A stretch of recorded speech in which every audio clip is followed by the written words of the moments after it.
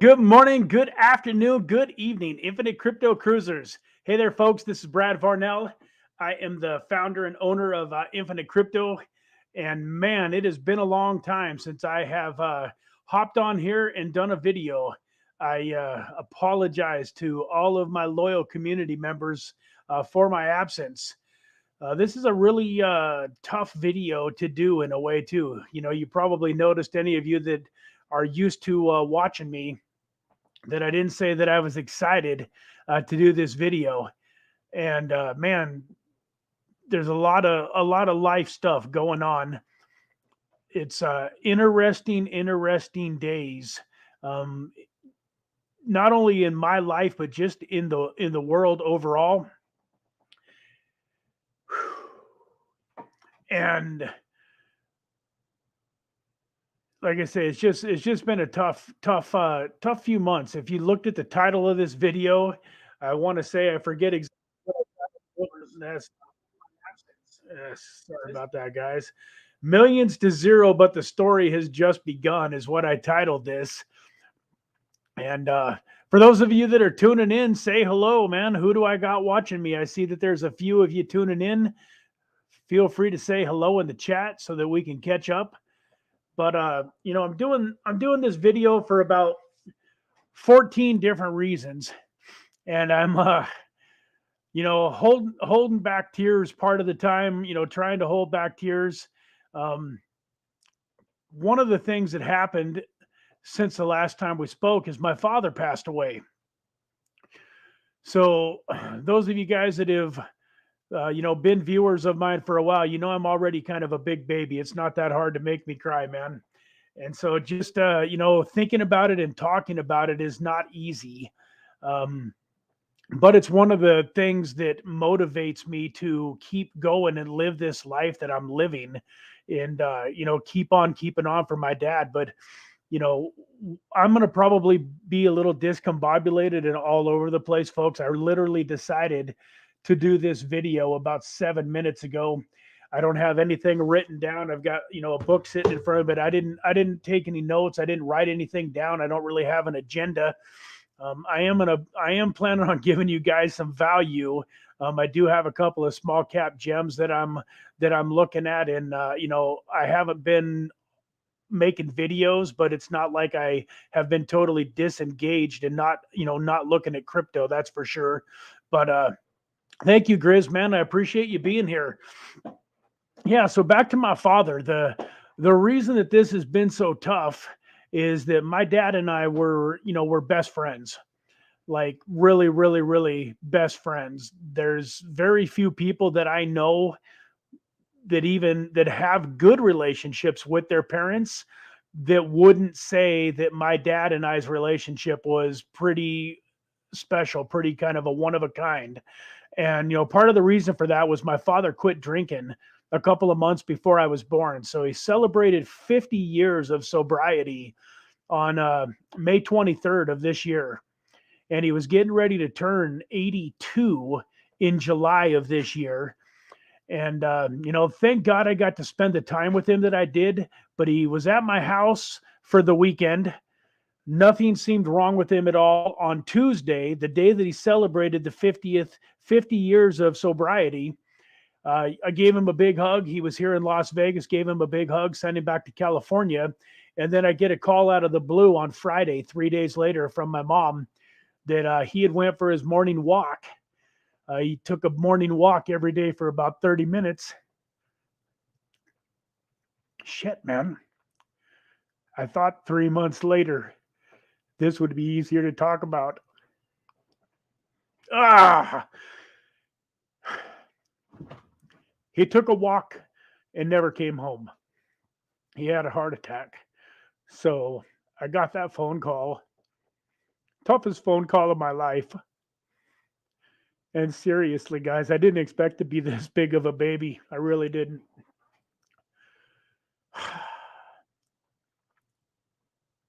I actually handled it a lot better the first couple of weeks than I feel like I'm handling it now after 3 months. Uh,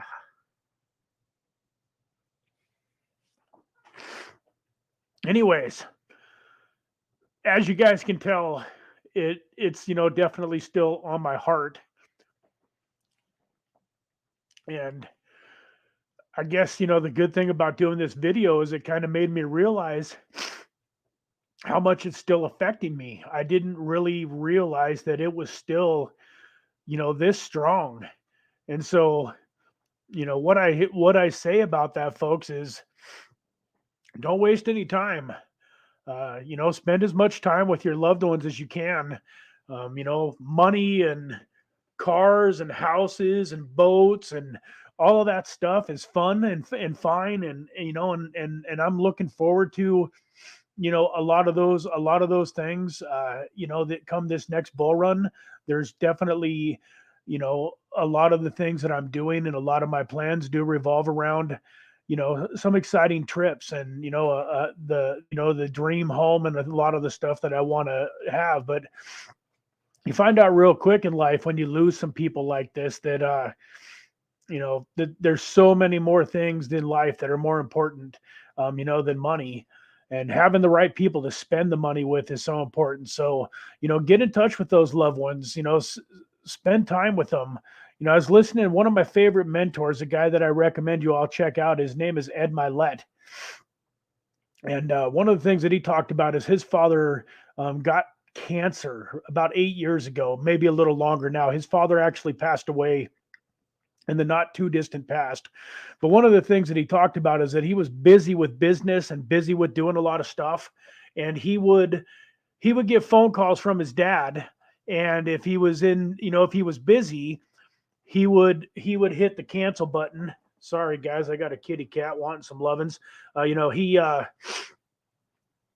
He would put the call, he would cancel the call, and then he would get back in touch with his dad. But he said that after he found out that his dad had cancer, no matter what he was doing or where he was at, no matter what didn't matter what he was in the middle of, the biggest, most important business meeting of his life, and he would pick up the phone when his dad called. And it resonates so much with me because I had times where I canceled the phone call. I looked down and saw that it was my dad, and it wasn't that I wasn't going to call him back, but I just was in the middle of stuff, and including the day that he passed away, about a half an hour before he passed away, he tried to call me, and I was in the middle of a workout, and I actually missed the call. I didn't see that he had tried to call me. I probably would have answered the phone had he tried to call me. But my point is, I didn't have any idea that I only had 3 more days when I saw him on Tuesday, or that when I talked to him Thursday night. I talked to him on Thursday night, probably for about 45 minutes, had a really good conversation. I didn't have any idea that was going to be the last time I was talking to him. So I implore you guys, to spend more time with your loved ones. Make time for the people that really count. And if you have anybody in your life that is important to you, but for some reason you just haven't been getting along, you're having troubles, things aren't going the way that you wish they would, and you haven't spoke to them for a while, for heaven's sakes, man, get in touch with them. Pride and ego is the worst when it comes to this stuff. Don't let your pride and ego keep a good relationship, keep you from really letting the people know, that you love them. So with that, folks, enough of that. But that's obviously something that's been affecting me. It's not really why I haven't been on YouTube. There's a lot of different stuff that's going into that. Let's get back onto the next thing, and hopefully I can bring you guys some value. I've met a lot of very, very successful people, and very, very few of the come on, cat, seriously, very, very few of the multimillionaires that I know got rich their first try and kept it. And, I got to be man enough to be transparent with all of my community. I got involved in crypto towards the end of 17, beginning of 18, right as the bull market peaked. And I did very, very well in the last bull market. Those of you that have heard my story, This cat is killing me here. Seriously, Rocky. This is Rocky. Everybody say hi to Rocky. I wish he would just lay down, do something. Do something other than wanting to jump all over my laptop. But so those of you that know my story, I paid the price. I put in the time. I made the education a priority, and I invested as much as I could in 18, 19, and 20. And I was rewarded in 2021. Like I've said many times, I made almost more money in 2021 than I made, the rest of my life combined. But I'm here to say that I made some mistakes, man, and that I'm broke. This is one of the hardest things to tell you. Harder to tell you that I'm broke than it was to tell you that my dad died, even though I'm probably not going to cry while I'm telling you that I'm broke. But man, these last couple of years have been tough. And so the good news is that it's temporary. The moral of the story that I was telling you is just about everybody that I know that's really has massive success has gone up and down, gone to a million and gone back to zero, in some cases multiple times. One of the most famous stories that I can think of is Donald Trump, from billionaire to bankruptcy to back to, I don't know how much he's got now, but back to hundreds of millions, if not billions. So it's not that uncommon, and I'm not really ashamed of it. At the same time, when you're trying to run a YouTube channel and one of my main passions is helping other people create financial freedom in their life. And when I had financial freedom in my life, it was very natural and easy to get on here and to talk about it and to have authority and to sound, to seem like an expert and to really be able to feel like I was impacting, other people's lives. And with the struggle that I've been going through, really for the last 8 months, and this is Maverick. Hey, Maverick, say hi. This is Rocky's twin, except all black faced and no white nose. I got rid of Rocky, and now Maverick wants up here. Come on, you guys. Come on, you're killing me here. So I know I'm all over the place here. Part of the reason that you see the cats is the same day that my dad passed away, I actually had to put my cat that was 14 years old down that day. So that morning I put down the cat early in the morning, and then I get the phone call in the afternoon about my dad. One thing about, my dad passing away is it made me forget about my cat a lot quicker than I probably would have. So what do you do when you lose a cat? You go get a couple new ones, so we got a couple of kittens. And anyways, back to my story. So the thing that I love about this is that most people that have made it to big success have had gone back and forth multiple times. And you've all probably heard people say, and I even said it at one point in time, that you can take me and start me all the way back over at zero, and I'll have it all back in just a few years because of everything that I learned. And I really believe that. And in the moment that I said it, I didn't think that it was actually going to happen to me, but I did believe it, and I still do believe it. And I think that the cool thing about this is Ed Milet also, another thing that he says that I love is he says everything is happening for you, not to you. And he really gives a lot of examples about how some of the toughest times in his life helped him to help the most people. Including his father. His father was also an alcoholic and got sober when he was 15. But the man that saved his father's life and helped his father get sober, the only thing that qualified him to do it was the fact that that man used to be an alcoholic, used to be a drug addict, and therefore could relate to him and could help him. And so I know that I'm going to be even more powerful as an influencer, more powerful as a cryptocurrency expert, because I'm going to be able to tell you guys how I went from zero back in 17. I literally had nothing.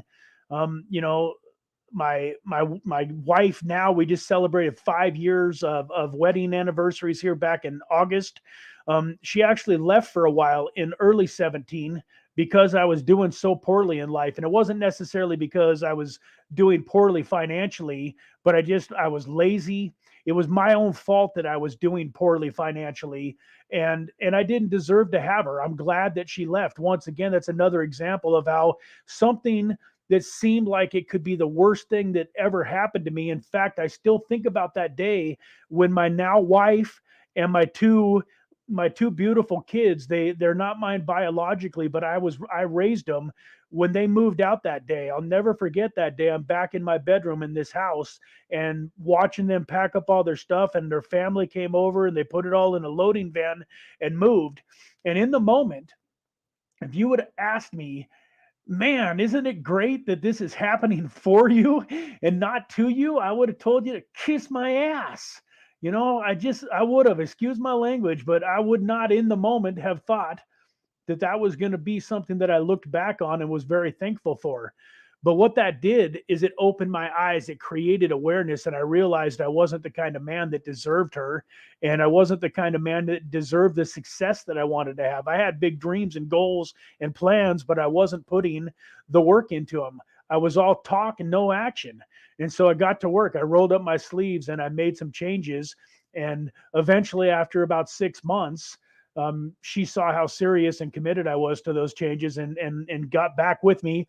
And then I spent the next several years learning about cryptocurrency and building up this portfolio. And then, eventually getting to the point, I don't know if I'd call it rich, but I had, $1 million plus net worth, probably closer to 2 million at its peak, and was living pretty good, and life was pretty good. But over the last 2 years, man, it's gone. And so I want you guys to learn from me. And and some of the mistakes that I've made, hopefully I can help you to not make them. If this bull market that's getting ready to come in 2024, 2025 is your first, hopefully by watching these videos and sticking with me over the next couple of years, you can avoid some of the mistakes that I made. So, mistake number one that I made was I did not cash out anything near the peak because I didn't believe that we were anywhere near the peak. I thought Bitcoin was going to max out at 100,000 plus. 68,000 in November when it started coming back down. I thought that was just a normal correction, that it was going to head back up. So a lot of times when I'm telling my story, I'll use the terminology. I didn't cash out enough at the top, when really, to be brutally frank, I didn't cash out anything. And what I did cash out was my monthly expenses. So for a long time now, when a bill came due, I would look at my crypto portfolio, figure out what made the most sense to sell, what I thought maybe had the least upside. Would maybe take a peek at a token that had just recently had a nice run, and so if something had just done a 2 or 3 or 4 or 5x, I would sell that token.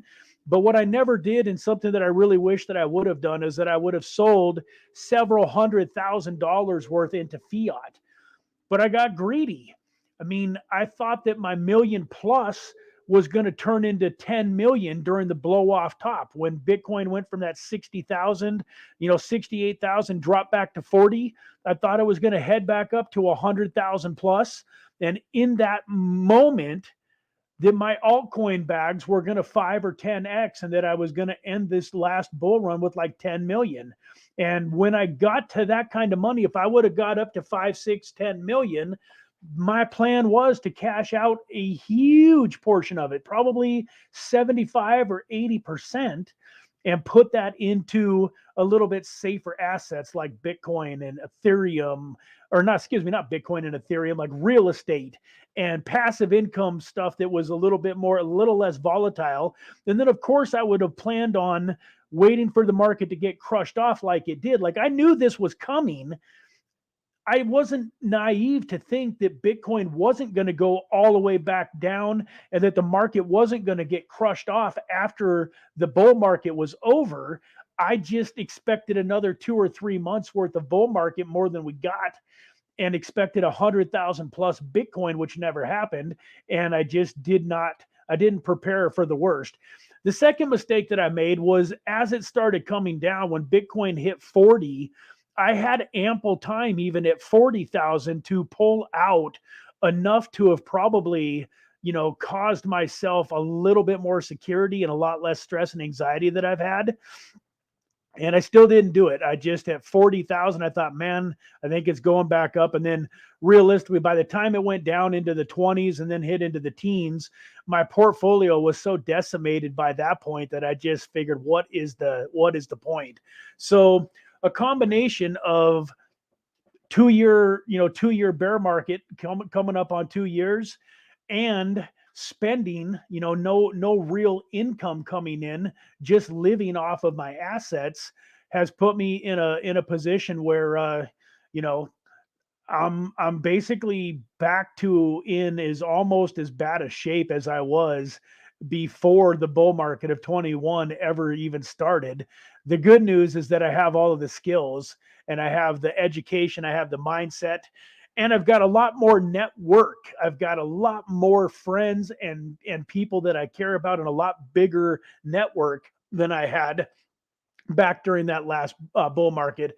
So I'm excited for the next, 6 months, 12 months, 2 years. But I'm definitely still, I'm in a position where right now it's a day to day, where like where's the bill money coming from for rent next month. Like everything is up in the air, trying to figure things out. And that's one of the reasons too, like back in February I went to work and was selling solar. And the update on that is that the company that I was working for, the bank that they were doing the financing with, defaulted. So back when Silicon Valley had all those problems, I probably had about, I don't know, $20,000 worth of commissions built up, and the bank defaulted on everything, and I never got paid on any of those deals. And then a few of you that are watching this live might be involved with Incomation, or you'll see the replay of this. So me and a bunch of my community members and a bunch of my friends and family, we jumped into an opportunity called Incomation that I talked about in the beginning of April. I want to say about the middle of April was when I really was excited about that. And it's been less than stellar. Let's just say we haven't lost all of our money, but it certainly hasn't paid out like it was supposed to. And basically, the owner had good intentions, and I still think that it's got high hopes for the future. But basically, it just didn't scale well. This gentleman was helping 40 or 50 people do what he was doing. And when he turned it into a business and he got 4,000 new accounts quickly, it just didn't scale like he thought it would. There's a lot more challenges. So, so it's not like I've just been sitting back waiting to go bankrupt over the last 6, 7, 8 months. I've been trying to do other things and to get myself on solid ground. But the reason that I wanted to just come and be, transparent with you guys, be vulnerable with you guys, is because I believe that in vulnerability, that's where you can really help other people. If you really want people to think you're cool and you're the shit, and just think you're the neatest thing since sliced bread, then put on a facade and just show them the fake you. Don't show them any of your pain. Don't show them any of your hurting. Don't show them any of your troubles. But if you really want to help other people change their lives, and you really want people that actually care about you, then I think vulnerability is so important. And so for any of you that are watching this, that's second kind of lesson. I didn't know what I was going to talk about for sure in what order when I got on here, but they say that the three things that hold people back from really having success in their life the way they deserve is either the fear of failure, the fear of success, or the fear of judgment. And I've have a little bit of a combination of all three in some ways, but that fear of judgment is definitely stronger than it should be. And sometimes, I hop on here, I do these live streams, and maybe it doesn't stick out as much to you guys as I'm feeling it inside. But I hate the negativity. One of the reasons that I really kind of stay away from politics, I don't really stay away from religion. I don't judge anybody else's religion. I've always openly, shared that I'm a Christian. So I've never really felt, like vulnerable in that area. I don't really care if you like that or don't like that. But like when it comes to, which president I'm voting for, or what if I'm left or right, all of that kind of stuff. And even, lately, to give you an example, my dad quit, like I said, drinking 50 years, never saw him take a drink. That made an incredible difference in my life. My grandfather was an alcoholic. He never quit drinking, ended up drinking himself into a nursing home. My father didn't quit drinking until he was 32. It cost him his first family, and it almost cost him my family, but he was married and had 4 children when he was younger. And he basically, it cost him that family because he was an alcoholic. And it came very close to, costing him my mom and me. And I'm so glad that he quit. But I watched, one of his sisters drank herself to death in her early 50s. And she had a son that fell right in her footsteps and drank himself to death by the time he was in his early 50s. So my stepmom, who I love dearly, been with my dad now for about 30 years before he passed away. She's been clean and sober now from alcohol for, I want to say 23 or 25 years. Both of my stepsisters that I love dearly, that became family through that stepmom that married my dad, have both had problems with drinking and alcohol. They're both clean and sober now.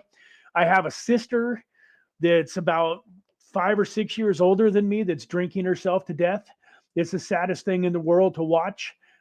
She got sober and was sober for about 2 years, turned into the most incredible, loving, amazing person. I just love spending time with her. She was here in Vegas, and she's my favorite sister.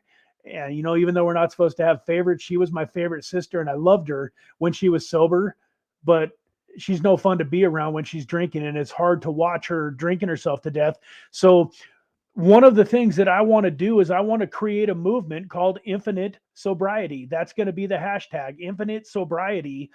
And I've been wanting to get on there and do some shorts, YouTube shorts, Facebook shorts, Instagram reels, kind of talking about infinite sobriety. And basically my belief about alcohol, once again, no judgment against people that drink, but I hate alcohol. I've just seen it do nothing but massive destruction in most people's lives that I know that partake in it.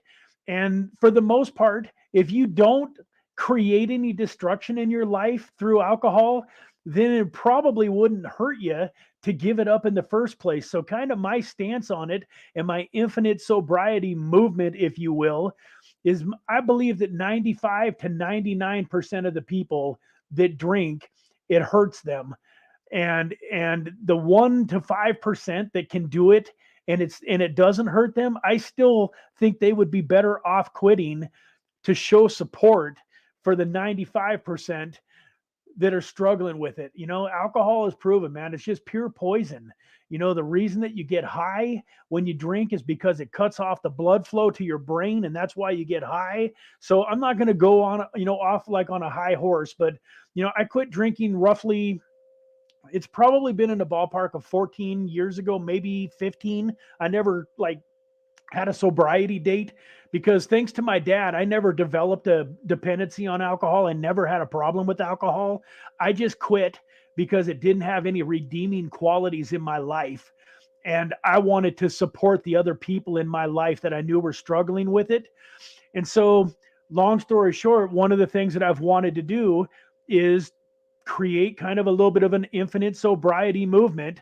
This is the first time I've talked about it in public, though, because every time I've grabbed my cell phone and thought about, recording a video with me talking about it, I thought about the people that I love that I know still drink, and including my guy, Ed Milet. I tell you, I talk about this guy a lot, man, but I love this guy, man. He's an incredible human. In fact, I've made the comment to other people, if anybody here knows him, man, I would love an introduction. But I've made the comment that if there's one person on this planet, or even, living or dead, that I could spend one whole day with Ed Milet would be the guy that I would choose to spend that day with. And so I even know that, he worth hundreds of millions. He's an incredible Christian. He's an incredible husband. He's an incredible father. I see him on some of his YouTube videos, with like a shot of whiskey or something at the end of the night. I don't believe by any means that he has a problem with alcohol and stuff, but I think to myself, what if Ed Milet sees this video and what the hell is this infinite sobriety crap? And so I've had trouble because every time I think about talking about it, I think, man, there's going to be people that don't resonate with that. But like I was telling my wife earlier today, that's okay. Not everybody needs to like me. And one of my other mentors that I love, a guy named David Meltzer, he says it so eloquently. He says that when you become an influencer, whether you're a speaker, personal development coach, crypto YouTuber like me, he said, when you talk, about 10% of the population, or 10% that see your videos, they're going to fall in love with you. They're going to absolutely love you. They're going to resonate with you. They're going to really agree with a lot of it. And they're going to be kind of, become your ride or die. They're going to be the ones that follow you through thick and thin. They're the ones that you can tell them on a live stream that you went from millionaire to broke and that you're embarrassed about it, and they're still going to be with you. There's 10% of the population too, though, that's going to hate you. No matter what you say, no matter what you do, 10% is going to hate you, and you can't worry about it because no matter what you say or do, that 10% is always going to exist. Then you got the 80% that are kind of in between, that watch you and they don't quite know. So they need to watch you more and watch you more and watch you more. And some of those 80% are going to fall into the loving you category. And some of them are just going to fall into the kind of they can take you or leave you category. But the whole idea when you're building a following like this is you just keep putting out the content, because as more and more people come into the funnel, you're going to get more and more of the 10%. And just forget about the 10% that hate you. There's nothing that you can do about them. So, I need to get out there and quit being afraid of what other people are going to think. And, hopefully seeing that that's a big deal to me. If you're going through that in any area of your life, I mean, I know that just watching this video and me telling you, hey, get over it, just do it anyways, is probably not going to, get you all the way into doing it. But at least you have that awareness. And once you have the awareness, you can start working on it. So I'm hoping, that this video kind of gives me a breakthrough, because I'm talking about a lot of stuff here that I'm, being just vulnerable and transparent and, kind of laying my heart out on my sleeve, telling you guys what I'm afraid of and, what's scaring me. And, I came across a quote, man, I cannot remember the exact wording of it. Let me see if I can find it here real quick. Sorry to be pulling something up while we're I should have, like I said, I did this video on a spur of the moment. So bear with me for a second, but I was just at a event in Utah called Limitless, where I got to see Brad Lee, Gary Vaynerchuk, Eric E.T. Thomas, David Goggins was there, and multiple other people, including the gentleman Ed Milet that I talked about, Ryan Pineda, who's a super cool dude, huge real estate investor that I'm becoming friends with. I just was at his office yesterday for a meetup. Okay, here it is. Our deepest fear is not that we are inadequate. Our deepest fear is that we are powerful beyond measure. It is our light, not our darkness, that most frightens us. We ask ourselves, who am I to be brilliant, gorgeous, talented, fabulous? Actually, who are you not to be? You are a child of God. Your playing small doesn't serve the world. Right now, in my opinion, I think that the elite of the world want to destroy America as we know it. They want to control us and they want to have their thumb on us. They want to restrict our freedom. And I believe here in America that the founding fathers cannot even believe what America has become. And so that little speech there, our deepest fear is not that we are inadequate, but our deepest fear is that we are powerful beyond measure. It is our light, not our darkness, that frightens us most. That really hits me hard because I feel like sometimes when I look at my full potential and really look at what I should be, and like, I ain't living anywhere near as big as I should be. I'm not living anywhere near as great as I could be. I'm not having the impact on the world that I could be. I'm not impacting my followers. I'm not impacting the folks that fell in love with me on this YouTube channel the way that I should be. How can you have an impact on your community when you do a video every 2 months? So I'm not going to tell you guys that I'm going to be on here more consistent, blah, blah, blah. Actions speak louder than words. Just keep your eye open. Hopefully you'll be getting more notifications. But the last couple of times I came on here after a hiatus like this, I got all puffed up and said, hey guys, I'm going to be on here doing videos consistent and blah, blah, blah. And I didn't follow through on it. So my intention is to get on here a whole lot more. I know that we've got about 8 months until the next bull run commences, or at least until the next Bitcoin halving, which is then going to lead into what I believe is an amazing end of the year 2024, right about this time of the year until probably about March or April or May of 2025. That 6, 7, 8, 9 month window, I think, is just going to be absolutely amazing. And for those of us that stay engaged and that are dollar cost averaging and getting into the market, that ain't been totally scared out by everything that's been happening, it's going to be life-changing for us. And it's going to be life-changing for me again. I know that I'm going to get back to that million or 2 or 10 during this next bull run, and I will know a heck of a lot more about what to do when I have it. So real quick here, I do want to do a couple of shout outs. Grizz was the first person on the channel, man. I want to say, hey, thank you, man. Yeah, definitely keeping the faith. Right here, this is one of my favorite cousins, Steve Varnell. Something else, folks, that you'll find out in life is there's a lot of people when you're doing well in life that'll stand by your side, that'll rah, rah, rah, and be your best friends. But you will find out who your real friends are when shit starts to go sideways and life ain't all rose petals and tulip blossoms. And I got to give a shout out to my cousin here, man. He's ride or die. He's been by my side through a lot of this. I've probably been more transparent with him about what was going on than just about any other human on the planet. And, and he stepped up, man. He's helped me. Don't get me wrong. I'm a Christian and I believe in the power of prayer, but sometimes when somebody's hurting, they need more than a prayer. Sometimes they need a little help, a little money, a little something more than prayer. And so I've got a lot of people praying for me, and that's fantastic. But it's kind of nice when you have somebody like my cousin that's, that stepped out of his comfort zone and helped me in a couple of spots where things were really super tight. And so I wanted to let him know that I appreciate him, publicly, and tell you guys, hey man, that's, another good thing about an event like this in your life is you really will find out, who your real friends are and who your fair weather friends are. Streghard, hey man, long time no see. I hope you're doing fantastic. Good to see you. We got it's hard to know, to be honest. Are you talking about, selling, when to take profits? That's absolutely right.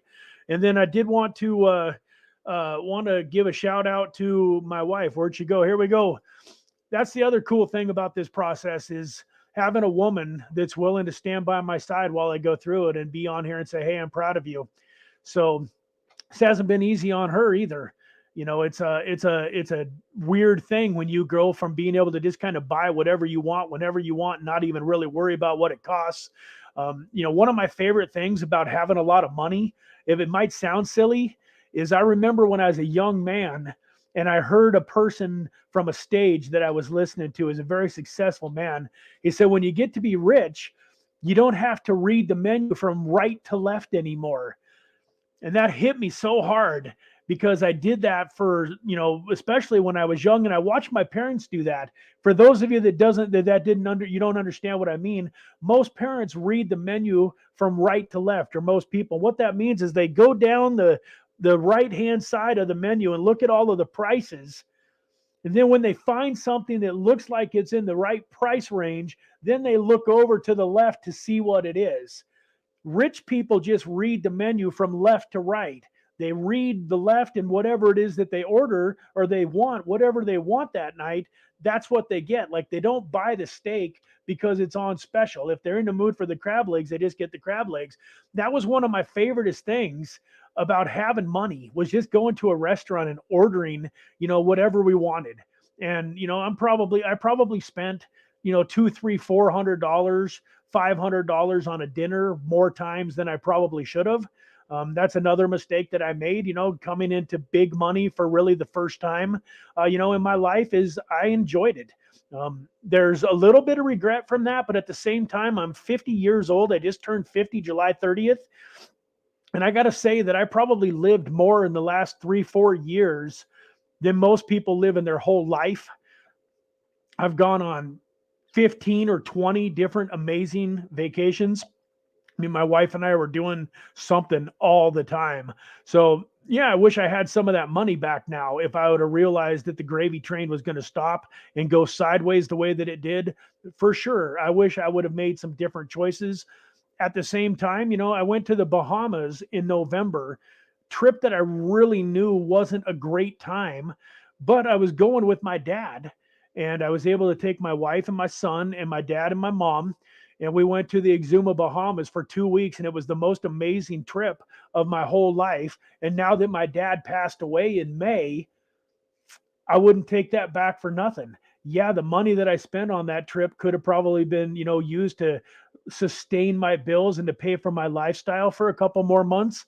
But, money isn't everything. And those memories and that time with my dad at the Exuma, Bahamas is irreplaceable. But I just want to say thank you to my amazing wife.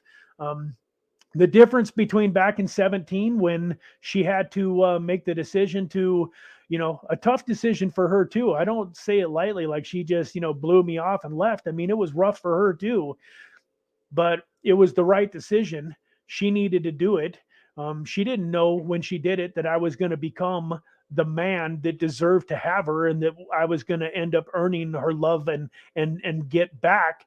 But the neat thing about the then and now is that I'm not worried about her leaving now, because I'm a totally different person. And even though things aren't all, smooth, I know that she's with me. If we got to pack up our shit and live in a car for a month or two, she ain't going anywhere. She'll be by my side.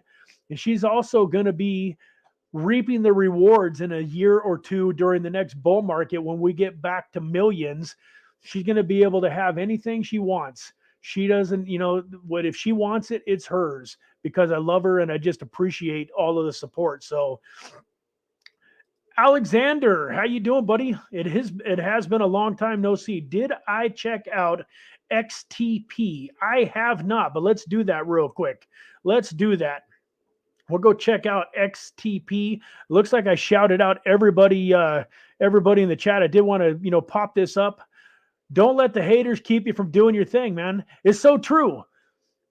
It's so true. It's so easy intellectually, logically to say that.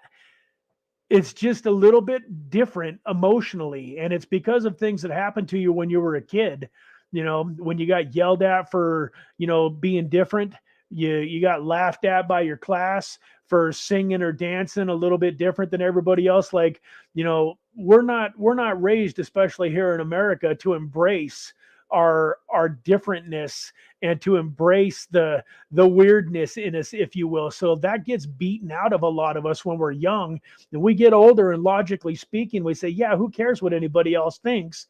But saying who cares what anybody else think and really not caring what anybody else thinks is two different things. And I'm working on it. I'm not going to say that I don't care. I still care, but I'm working on it, and I'll get through it. And I agree, though, the most important thing is doing what you need to do, whether you care or not. That's where it really comes down to. It's kind of like one of my favorite books out there is called Feel the Fear and Do It Anyways. We're all going to have fear. The difference is the losers out there let the fear stop them. The winners out there fight through it and continue forward and do it even though they're afraid. And I plan on being a big winner in this life. And so I'm going to do a lot of stuff that I'm afraid of, but I'm just going to work my way through it. Let me share my screen here. Let's get thousands of dollars can't buy a great taco. They can't? I didn't know that. I thought with thousands of dollars, you ought to be able to get the best taco in the world. Let's get over here onto some Coin Gecko here real quick. Some of these tokens I think have gone up a little bit over the last few days. A few of them were really smashed down big time. What was that token that you wanted me to look at? X what? Let me get back up here into the chat. Where'd it go? There it is, XTP. Let's pull up XTP.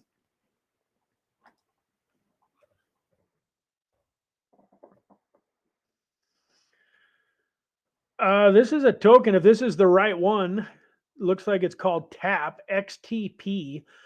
This is a token that I've certainly never heard of. So no, I have not looked at it. What's it all about? What kind of token is it here? Let's see what we got going on. So it's got market cap of about 16 million. So it's definitely a small market cap.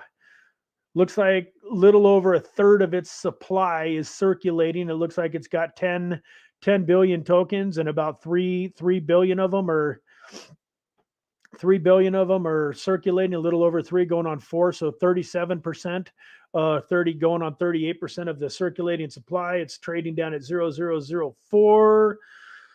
Holy smokes, was 40 cents at its all-time high 2 years ago. Obviously still doing pretty well compared to its all-time low. It's up 26. Is that a dot on my screen? Yeah, 2,600% of since its all-time low. But no, this is a token that I've never heard of. Why don't you, if you got a second, type in the chat what you're excited about. What does it do? Why is it a token that you're excited about?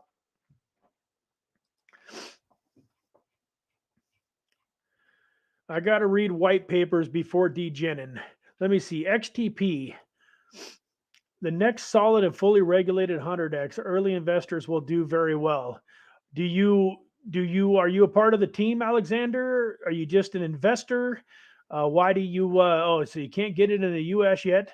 Interesting. Okay. Let me see here. Here we go. Top fintech, easy to use, regulated, insured on the London Stock Exchange, and provides an easy and effective on and off ramp plus prepaid MasterCard. Okay, interesting. Well, thank you for bringing that. I will definitely take a closer look at it. One of the other tokens, folks, that I have always been high on that I wanted to talk about again real quick is BeamSwap, or the Glint token. It is up to 0.0064. I'm a little frustrated because it dropped all the way down, as you can see here. If we go back, no, this isn't showing it here. This is just showing. So we go back over the last 30 days, it's 6.4%, and over the last 14 days, it's 37%. And part of why I'm frustrated about my financial situation is because I knew that it was going to do this. I mean, not that you ever fully know, but it dipped all the way down to under 0.005. It was 0.004 something. And I knew that was probably, if you can look right here, September 11th, 20 days ago, was its all-time low, 0.0042191. So when I saw that it was down at that level, I thought that it was going to pop back up and do something. And that's where not having capital definitely hurt. That's a situation where right there, 10 grand thrown at that thing would have turned into 15 grand in a couple of weeks for you. So anyways, that's a long-term hold though.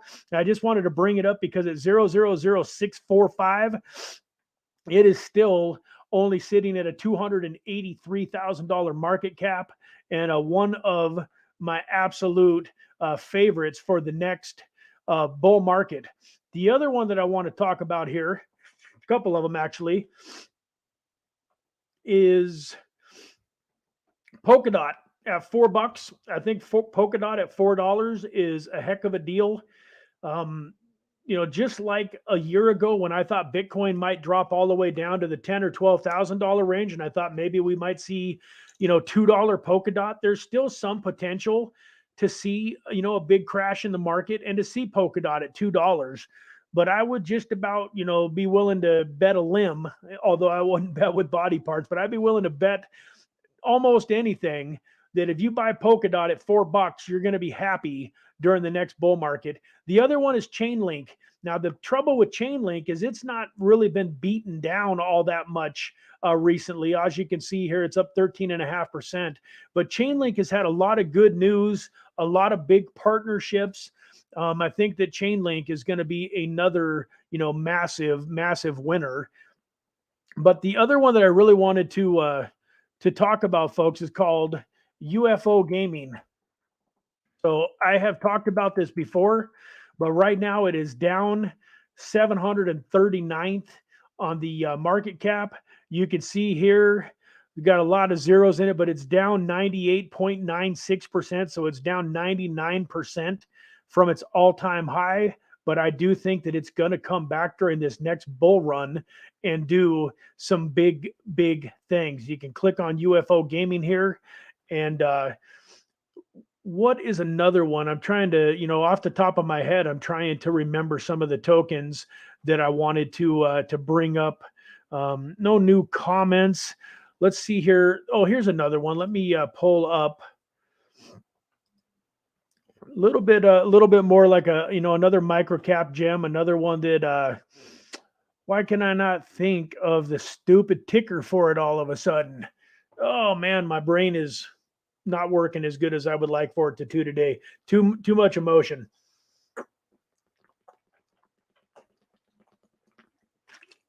Man, I'm drawing a total blank. Let me see if I can pull it up. If I pull up my MetaMask wallet here and scroll through it, it'll there it is. XCAD. XCAD.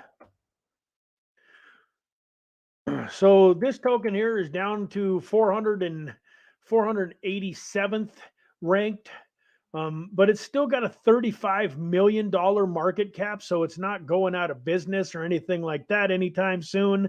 You can see here, circulating supply is at about 42 million. Its max supply is at 200 million, so it does have, some tokens to still be released out on the market, but it's down about 90%.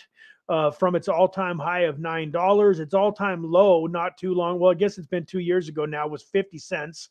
That is one that I think is going to be big during the next bull market. And that reminded me, so one of my favorite private sale tokens, Kujira. This token has really held up remarkably well during this bear market, even though it's down from its all-time high. It's at about 85% of its all-time high.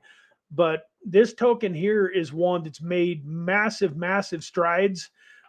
It's in the Osmosis or Atom ecosystem, and it's got some great staking properties to it. And this is another one that I think is going to do extremely well during the next bull market. So ADA, yeah, Streghart, I can't agree with you more. ADA is still on my list too. If we go back to the top, 25 or 50 here. So in this type of a bear market, when everything's been beaten down this badly, you really don't need to buy a whole lot of real speculative tokens. One of the reasons I like Glint is because of the IDO platform that's on BeamSwap. And I believe that as the next bull market comes in and you need to own 1 million or 2 million or 3 million of these Glint tokens in order to get in on the top tier of the IDOs that they're going to be doing, that's one of the reasons that I'm really high on that token. And one of the reasons that I want to slurp up as much of it as I can while it's really, really, really beaten down, because I don't want to wait until they launch a good IDO or two and the token price goes up by, a cent or two. Right now, you can buy 1 million of them for $650, call it.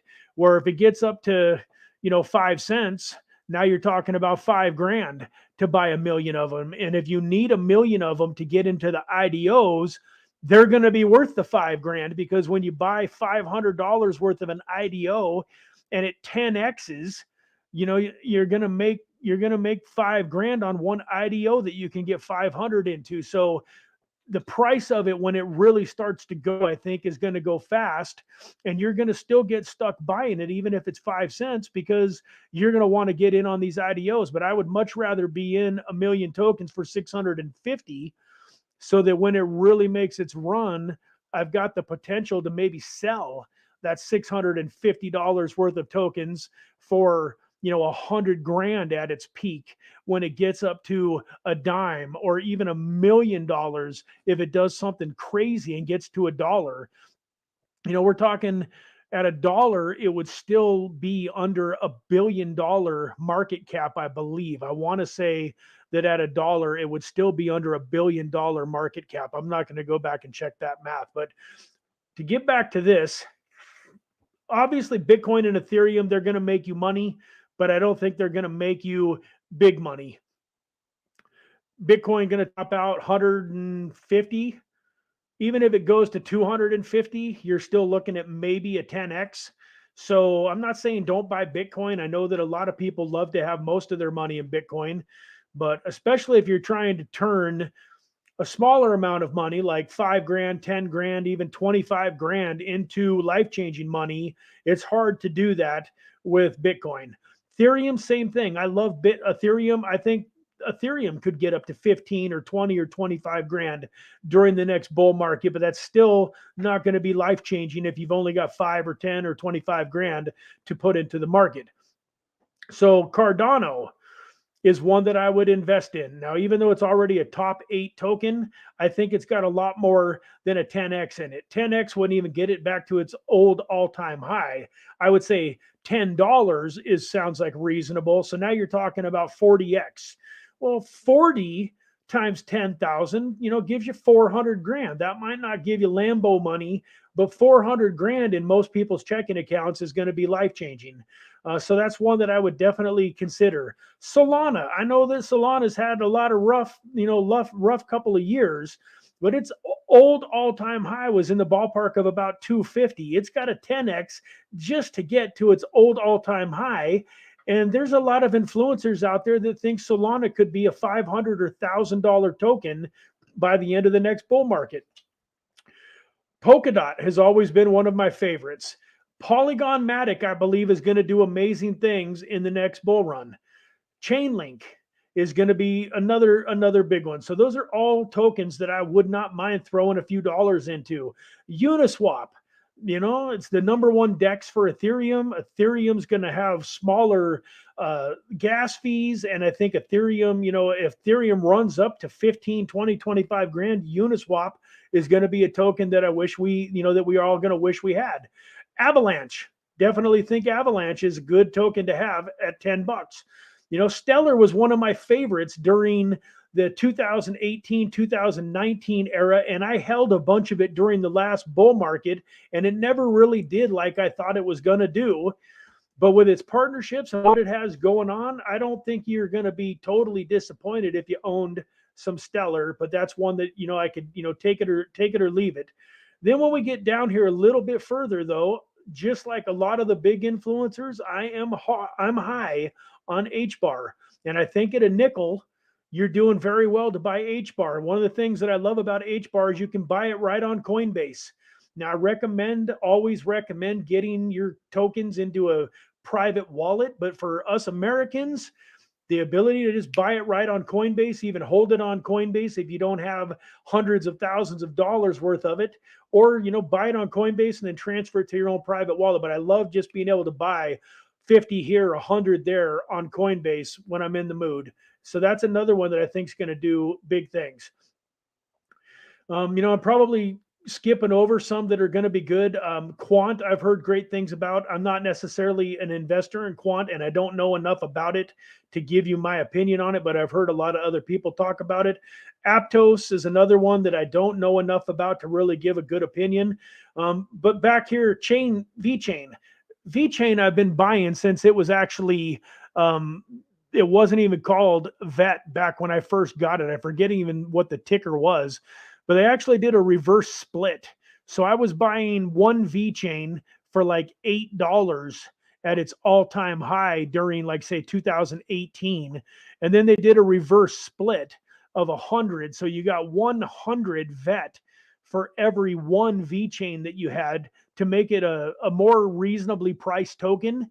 So instead of it being like right now 1.7 cents, if they hadn't done that split, it would be $1.70. This is a token that went all the way up to about 30 cents during the last bull market. This is a token that I think could do like $1 or more during the next bull market. So you're talking about at $1, it's almost it's a 50x at $1. And that's, like I say, when you're trying to figure out how to maximize a $5,000 bill, a $10,000 bill, $25,000 bill, something like VeChain gives you an opportunity to make some money. I also love the fact that VeChain has a secondary token called VTHOR, VTHO, and you actually get VTHO just for holding VeChain. You hold it in the VeChain wallet and you get VTHO like every few seconds. It updates, it clicks up, and you get VTHO, which, not to change the subject, but if we look at it real fast here, I want to say VTHO. That's 268th, and it's worth about a tenth of what the the VET is.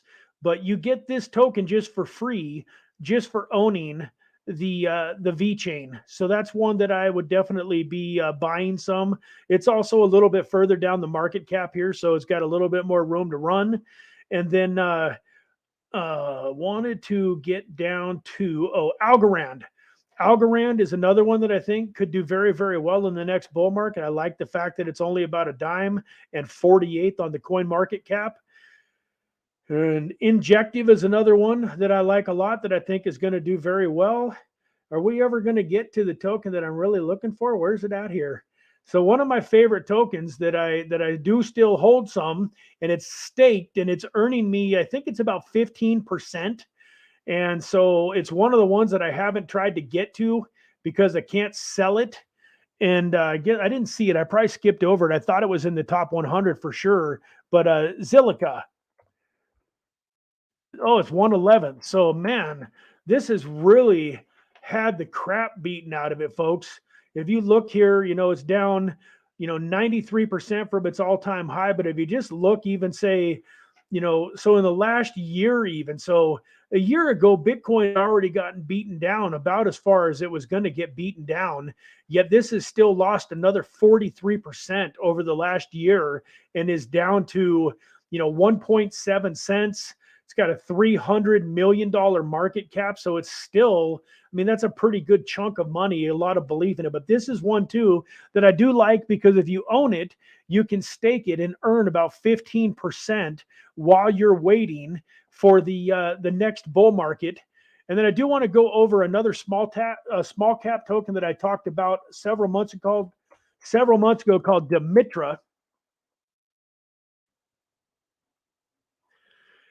Demetra is down to about 1.9 cents. And at the time that I did the video on it, it was at about 1.4 cents.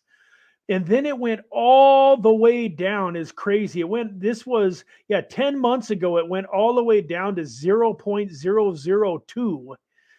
And then it went all the way from there, all the way up to as high as 10 cents.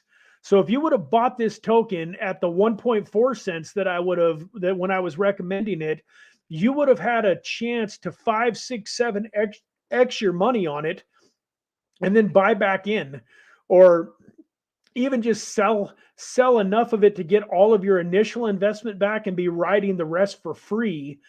So this is another token to watch out for. Its all-time high during the last bull market was $6.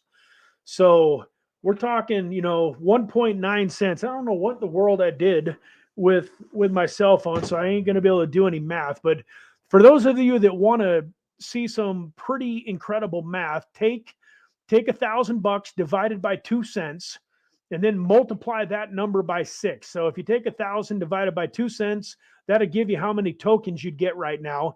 Then you multiply it by its all-time high, and that would give you what $1,000 turns into. So trying to think, at a penny, you would get what, 100,000 tokens at a penny. So you get 50,000 tokens at 2 cents. Is that right? $1,000 at 2 cents. Trying to think, yeah. $1,000 at 0.005 gets you 200,000. Yeah, so two cents would get you 50,000. So what's 50,000 times 6? 300 grand. So this is one that, it's not impossible for $1,000 of Demetra at today's prices to turn into 300,000 for you. What if it screws up and it only gets back to $1 instead of $6? You're still, turning $1,000 into, that'd be a 50x at $1. So you'd still be turning $1,000 into 50. So while I've been doing this, folks, I can't see the screen. I'm going to get back onto the screen where I can see the comments. What do we got going on here? I am good with just a 10x and scalping to the top. Yeah, there's nothing wrong with scaling out. That's one of the mistakes that I probably made too, is I was waiting kind of for the bull market peak, or at least towards the peak, to just cash out massive amount. If I'd have just been scaling out 5%, 10%, 10%, 10% as things got better, that would have been a pretty amazing strategy. So folks, I just looked up. I can't believe it. That's, why I need to do this more, is because this has been one of the funnest hours of my life over the last 3, 4, 5 months. I love being on here with you guys. I love doing this. This is my passion. So I really believe, if you believe in God, then you got to believe there's a devil. And the devil doesn't want me to be doing this. He doesn't want me to be impacting lives. He doesn't want me to be living my best life. He doesn't want me to be growing this YouTube channel, because not only are people going to learn about how to take control of their life and earn freedom, and, hopefully, if you hang around me long enough, you're, going to be even more on fire for God than you already are. And if you are not a believer, if you don't believe in God, that's okay. But I hope that maybe, seeing him get me through my dad passing away, I was in some tears earlier, but I got to tell you, my faith is what got me through, knowing that my dad is up in heaven and he's dancing around with his mom and his brother and some other family members that got there before him, and that he's in heaven waiting for me, and that one day I'm going to be in heaven with him and get to spend eternity with him. That's what got me through the darkest time of my life, man. I cannot even imagine what it would have felt like if I didn't believe in that. And, sometimes, my wife and I have asked each other, like, why do people have such a problem in believing in God? Like, even if I'm wrong, the fact that I believe in that helps me to be happy, helps me to get through it. By the time I die, if I'm wrong and I just turn into dust, the belief that there is a God and the belief that there is something better, that there is in this eternity where I'm going to get to see my loved ones and spend eternity with my Creator, it doesn't hurt me here on this earth, even if I'm wrong about it. Not that I believe that I'm wrong about it, but folks, my point is I need to get on here and do this more. I love this. I love being with you guys. I think that this is really my calling in life, what I'm supposed to be doing, the way that I'm going to impact the world the most. So for the 8 of you that stayed on here for this whole hour, you don't know how much that means to me. I appreciate you. I love you all very much.